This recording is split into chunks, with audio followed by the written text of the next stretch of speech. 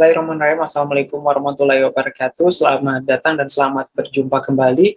Pada kesempatan kali ini kita akan masuk ke pembahasan selanjutnya, dan di sini yang akan kita bahas terkait dengan fungsi pemeriksaan di Badan Pengawas Obat dan Makanan untuk formasi PFM ahli pertama. Nah, ada beberapa materi di sini yang akan kita bahas. Yang pertama, pemeriksaan sarana produksi tentunya.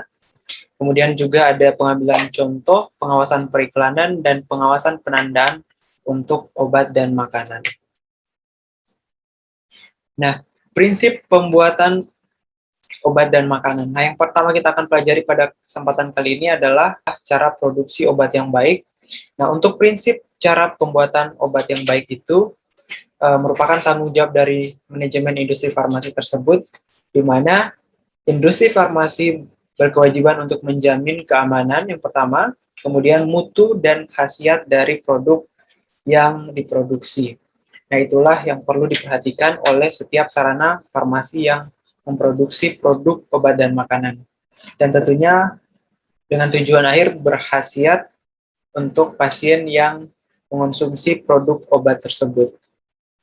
Nah, di sini pedoman CPOB 2018 ada 12 bab yang perlu teman-teman ketahui.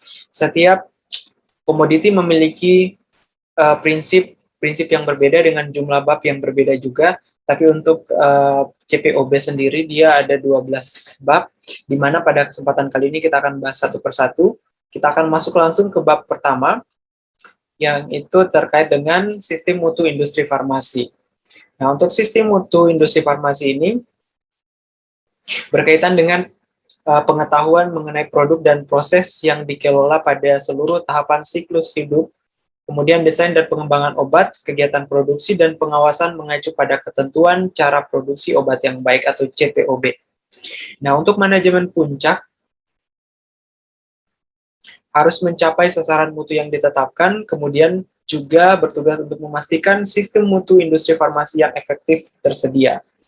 Nah, di sistem ini juga, di bab 1 ini harus dijelaskan terkait kajian manajemen, di mana dilakukan secara berkala untuk mengidentifikasi peluang untuk perbaikan yang berkelanjutan untuk meningkatkan mutu produk, proses, dan sistem mutu tersebut. Selain itu, di sistem mutu industri farmasi, bab 1 ini mengatur tentang manajemen mutu, yang mencakup semua aspek yang akan mempengaruhi mutu produk nantinya yang diproduksi, kemudian memastikan bahwa obat memiliki mutu yang sesuai dengan tujuan penggunaan. Kemudian juga di sini ada CPOB yang merupakan bagian dari manajemen mutu tersebut, bertujuan untuk memastikan obat yang dibuat dan dikendalikan secara konsisten. Jadi harus konsisten pembuatannya dan tidak ada perubahan seiring dengan berjalannya waktu, sehingga dengan CPOB tadi diharapkan untuk mendapatkan izin edar dari Badan POM, tentunya setelah melewati persetujuan uji klinik atau spesifikasi produk. Nah, untuk pengawasan mutu, di sini juga di bab 1 dijelaskan terkait pengawasan mutu, yang mencakup pengambilan sampel, spesifikasi, dan pengujian, serta mencakup organisasi, dokumentasi, dan prosedur pelulusan. Dan juga pengawasan mutu memastikan bahwa pengujian yang diperlakukan dan relevan telah dilakukan. Jadi itulah beberapa aspek di bab 1.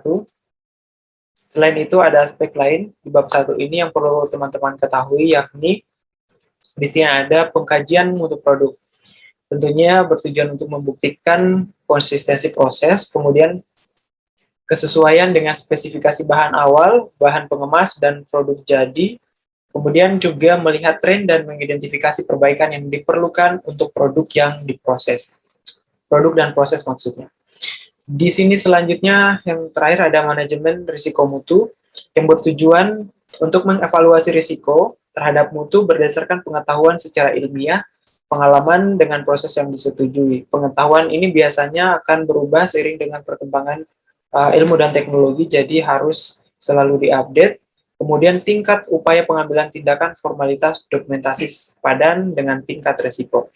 Nah, itulah yang berkaitan dengan manajemen risiko mutu. Baik, kita akan lanjut ke bab kedua, yang itu terkait dengan personalia. Nah, untuk personalia ini, hal-hal yang perlu diperhatikan pertama adalah industri farmasi harus memiliki struktur organisasi. Nah, biasanya di perusahaan struktur organisasinya itu dipampang di ruangan pegawai ataupun di sekitaran ruang tunggu tamu biasanya supaya lebih mudah untuk dilihat.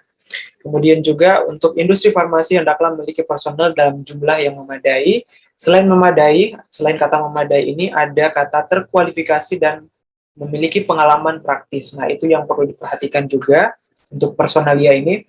Kemudian yang ketiga, manajemen puncak hendaklah menunjuk personel kunci termasuk kepala produksi, kepala pengawasan mutu, dan kepala pemastian mutu. Jadi personel kunci itu ada tiga. Yang pertama tadi ini, kepala produksi, kepala pengawasan mutu, dan kepala pemastian mutu. Nah, untuk tiga personel ini, biasanya itu yang ditanyakan di soal-soal SKB, dan ada syarat-syarat khusus untuk menjadi kepala atau personel kunci ini. Baik, kita akan langsung membahasnya. Nah, personel kunci ini, teman-teman perlu ketahui dan ingat bahwa harus dijabat oleh apoteker purnawaktu. Purnawaktu ini maksudnya dia harus full time di situ, di industri farmasi tersebut, kemudian independen, dalam struktur organisasi berada di tingkat manajerial, jadi dia harus levelnya manajerial, kemudian memenuhi persyaratan kualifikasi yang ditetapkan dalam regulasi nasional. Jadi, dia harus mengikut kepada regulasi nasional atau yang dikeluarkan oleh pemerintah. Kemudian juga yang terakhir, dapat didelegasikan tugasnya kepada personel yang ditunjuk yang memiliki tingkat kualifikasi yang memadai. Nah, tugasnya tadi bisa didelegasikan kepada personel, tapi dia harus memiliki kualifikasi yang memadai agar dapat menjalankan tugas personel kunci ini dengan sebaik-baiknya. Baik, kita lanjut. Nah, untuk bab 3 terkait bangunan dan fasilitas, nah di sini mencakup area produksi, harus diatur tata letak ruangan produksinya sedemikian rupa, kemudian juga harus mencegah kesesakan, jadi ruang produksinya harus ada space untuk karyawan yang sementara melakukan proses produksi, kemudian juga memungkinkan komunikasi dan pengawasan yang efektif, itu yang perlu diperhatikan di area produksi. Selain itu, di area produksi juga perlu diperhatikan permukaan-permukaan seperti dinding, lantai, dan langit-langit ruangan. Hal ini dilakukan untuk menghindari terjadinya kontaminasi silang atau kontaminasi dari ruangan atau dinding-dinding tempat area produksi tersebut. Kemudian pipa, kemudian fitting lampu juga, titik ventilasi hendaklah dipasang untuk menghindari pembentukan ceruk. Jadi dia betul-betul harus menghindari bentuk ceruk ini. Kemudian area di mana dilakukan kegiatan yang menimbulkan debu memerlukan sarana penunjang khusus untuk mencegah kontaminasi silang. Jadi yang paling diperhatikan di area produksi itu adalah meminimalisir terjadinya kontaminasi silang sehingga produk tadi tetap terjamin keamanan, mutu, serta khasiatnya. Di area penyimpanan juga seperti itu harus memiliki kapasitas yang memadai untuk produk sehingga nanti produk tidak saling desakan atau saling menumpuk karena biasanya akan mempengaruhi dan merusak produk tersebut. Tidak diletakkan langsung di lantai juga untuk menghindari kelembaban biasanya. Untuk kondisi penyimpanan khusus, misalnya suhu dan kelembaban, dilakukan pemantauan secara berkala. Nah, untuk suhu kelembaban ini ada alatnya juga, dan biasa alatnya itu harus dikalibrasi secara berkala juga. Kemudian tersedia area yang terpisah dengan lingkungan yang terkendali untuk pengambilan sampel, tersedia area yang terpisah dan terkunci untuk penyimpanan bahan dan produk yang ditolak atau dikembalikan. Jadi harus dipisahkan mana barang yang siap didistribusikan, mana produk yang telah ditolak atau reject, atau yang dikembalikan atau return. Itu yang perlu diperhatikan dan disediakan di area penyimpanan ini. Kita lanjut lagi. Area pengawasan mutu juga harus terpisah dari area produksi, jadi semua area-area ini harus terpisah dan juga harus memenuhi persyaratan-persyaratan yang telah ditetapkan di regulasi. Kemudian tersedia tempat penyimpanan dengan luas memadai untuk sampel, baku pembanding, dan lain-lain. Desainnya juga hendaknya memperhatikan kesesuaian bahan konstruksi, ventilasi, dan pencegahan terhadap asap.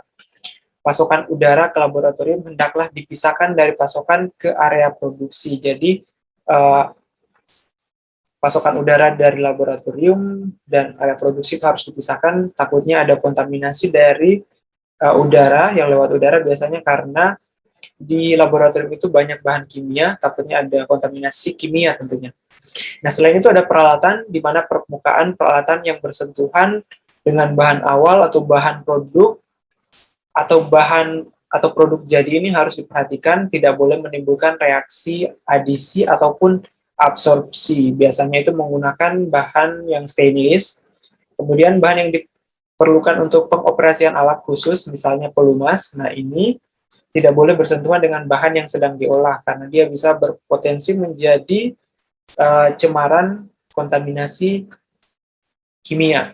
Kemudian peralatan untuk mengukur, menimbang hendaklah dikalibrasi seperti yang saya sebutkan tadi bahwa harus dikalibrasi, diperiksa pada interval waktu tertentu. Jadi secara berkala dilakukan kalibrasi dan pemantauan.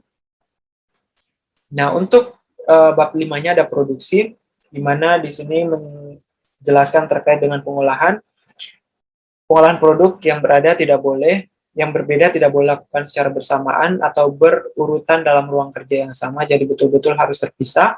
Selama pengolahan, semua bahan, peralatan atau mesin produksi dan ruangan kerja yang dipakai hendaklah diberi label atau penandaan sehingga gampang untuk ditelusur, dan penandaan dari produk atau bahan yang sedang diolah, kekuatan bila ada, dan nomor batch tentunya.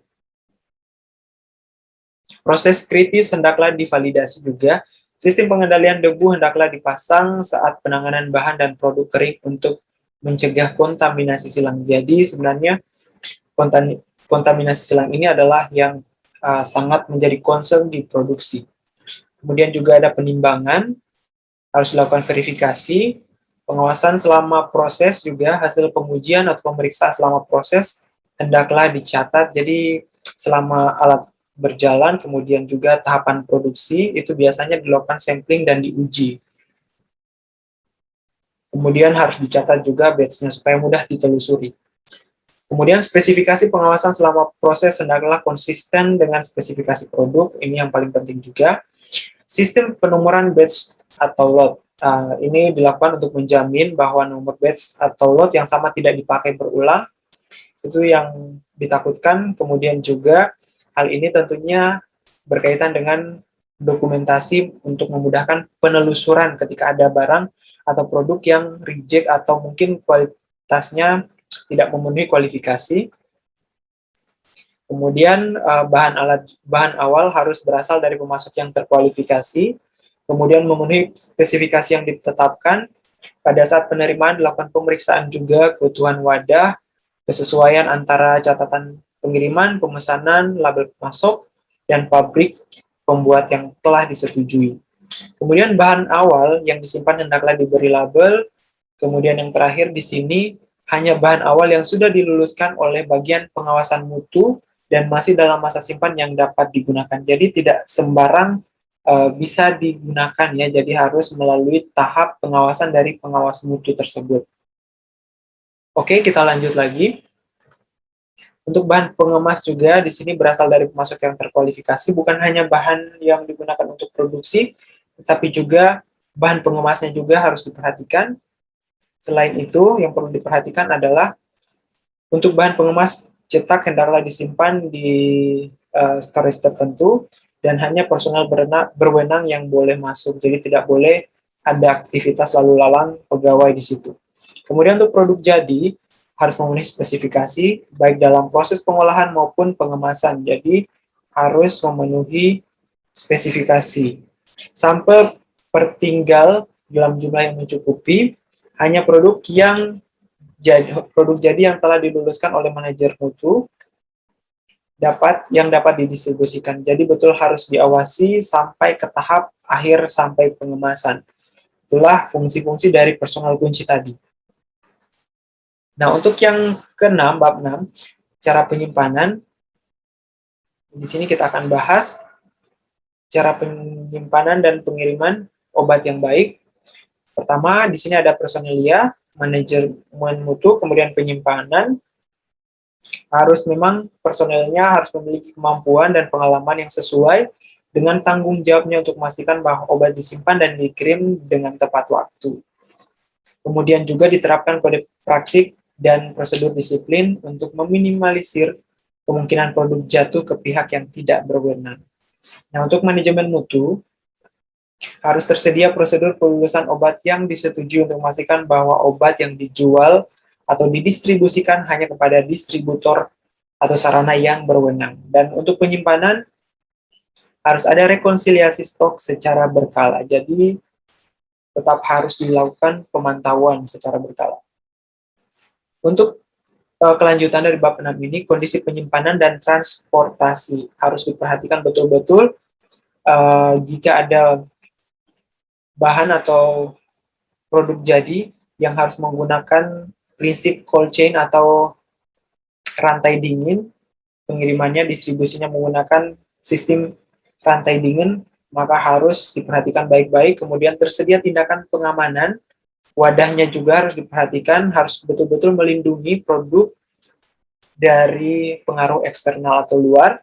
Kemudian kendaraan yang digunakan hendaklah mempertimbangkan iklim dan variasi cuaca. Jadi betul-betul harus tahan terhadap berbagai macam cuaca. Kemudian dilakukan validasi pengiriman. Nah, untuk bab 7, yaitu terkait dengan pengawasan mutu, tiap pemegang izin industri farmasi hendaklah mempunyai bagian pengawasan mutu. Oke, ini jelas harus ada bagian pengawasan mutu dan independen dari bagian lain. Personel pengawasan mutu hendaklah memiliki akses ke area produksi untuk pengambilan sampel dan penyelidikan tentunya.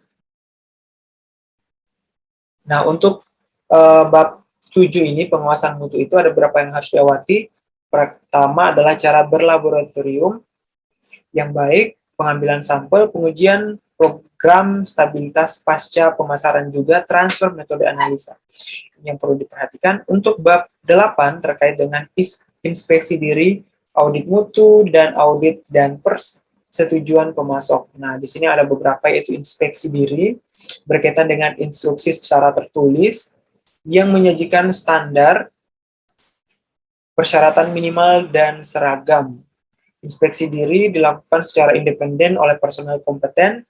Inspeksi menyeluruh minimal dilakukan 1 tahun sekali. Jadi ada waktu yang harus dipatuhi di sini minimal sekali setahun. Catatan mencakup hasil pengamatan dan rekomendasi, tersedia program penindaklanjutan yang efektif. Itu yang perlu diperhatikan di inspeksi diri. Kemudian di audit mutu, ada beberapa yang perlu diperhatikan sebagai pelengkap inspeksi diri juga. Harus ada pemeriksaan dan penilaian manajemen mutu dengan tujuan peningkatan. Umumnya dilaksanakan oleh spesialis dari luar biasanya, atau tim yang dibentuk khusus oleh manajemen perusahaan. Nah, yang terakhir tadi ada audit dan persetujuan pemasok. Persetujuan bahan awal dan pengemas, tanggung jawab kepala bagian manajemen mutu. Jadi, ada memang tugas-tugasnya. Kemudian tersedia daftar pemasok yang disetujui berdasarkan hasil evaluasi. Jadi, pemasok ini tiap waktu atau secara berkala dilakukan evaluasi terhadap produk yang dipasok, apakah tetap memenuhi dengan kualifikasi yang dibutuhkan atau bagaimana, sehingga menjadi evaluasi untuk selanjutnya apakah akan dilanjutkan atau diputus kontraknya dengan pemasok tersebut. Kemudian ada evaluasi secara berkala seperti yang saya sebutkan tadi. Nah, untuk bab 9 terkait dengan keluhan dan penarikan produk, tahapan-tahapannya itu ada 4 yang perlu teman-teman ketahui. Pertama, menerima keluhan mutu cacat. Nah, ini yang pertama. Kemudian ada investigasi dan identifikasi akar masalah. Ketika ada keluhan, maka lakukan investigasi ini. Kemudian ketika telah diperoleh masalahnya, dilakukan tindakan korektif dan tindakan pencegahan, perbaikan, dan tindakan untuk mencegah agar tidak terjadi di kemudian hari. Dan yang terakhir adalah penilaian efektivitas, apakah efektif atau tidak. Nah, untuk bab 10 ada dokumentasi. yang merupakan bagian esensial dari sistem pemastian mutu dan kunci pemenuhan persyaratan CPOB. Dua jenis dokumentasi itu biasanya ada prosedur, instruksi, dan catatan atau laporan. Pengendalian untuk memastikan keakuratan, integritas, ketersediaan, dan keterbacaan. Nah, untuk penyimpanan, ini biasanya juga menjadi clue di soal-soal. Penyimpanan dokumen itu khusus catatan batch periode terlama antara ada yang 1 tahun setelah masa kadaluarsa batch atau 5 tahun setelah diluluskan pemastian mutu. Nah, ini yang perlu teman-teman perhatikan di bagian bab 10 atau dokumentasi. Nah, kita lanjut ke bab selanjutnya, bab 11, kegiatan alih daya, yaitu meliputi semua kegiatan yang dialih daya, tidak terbatas pada kegiatan pembuatan dan analisis. Nah, pembuatan obat alih daya di Indonesia hanya dapat dilakukan oleh, yang perlu teman-teman ketahui, hanya boleh dilakukan oleh industri farmasi yang memiliki sertifikat CPOB yang berlaku yang diterbitkan oleh Badan POM. Nah, ini yang perlu teman-teman garis bawahi bahwa kegiatan alih daya itu di Indonesia hanya dilakukan oleh industri farmasi yang sudah memiliki sertifikat CPOB atau cara produksi obat yang baik. Nah, untuk bab 12, kualifikasi dan validasi. Nah, kita akan mulai ke tahap kualifikasi terlebih dahulu, di mana tahap kualifikasi ini ada yang pertama, spesifikasi kebutuhan pengguna, kemudian kualifikasi desain, yang selanjutnya ada faktor acceptance testing, kemudian yang keempat kualifikasi instalasi, yang kelima kualifikasi operasional atau KO, dan yang keenam kualifikasi kinerja. Nah, ini yang perlu teman-teman ketahui terkait dengan tahapan kualifikasi. Kemudian kita lanjut lagi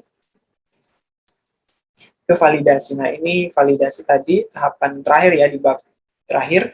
Di validasi itu ada 3 proses yang perlu teman-teman ketahui. Pertama ada validasi proses, yang kedua ada validasi metode analisa, yang kedua, ini tadi yang pertama. Yang ketiga ada validasi pembersihan. Nah, ini yang berkaitan dengan validasi.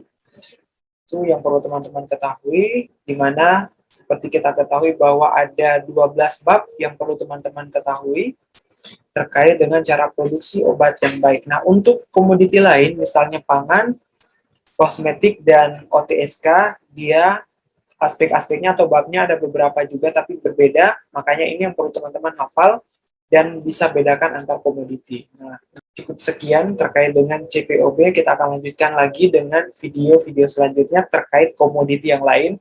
Ada pangan, kosmetik, OTSK tentunya yang akan kita bahas di video selanjutnya. Terima kasih banyak, semoga bermanfaat. Wassalamualaikum warahmatullahi wabarakatuh dan sampai jumpa.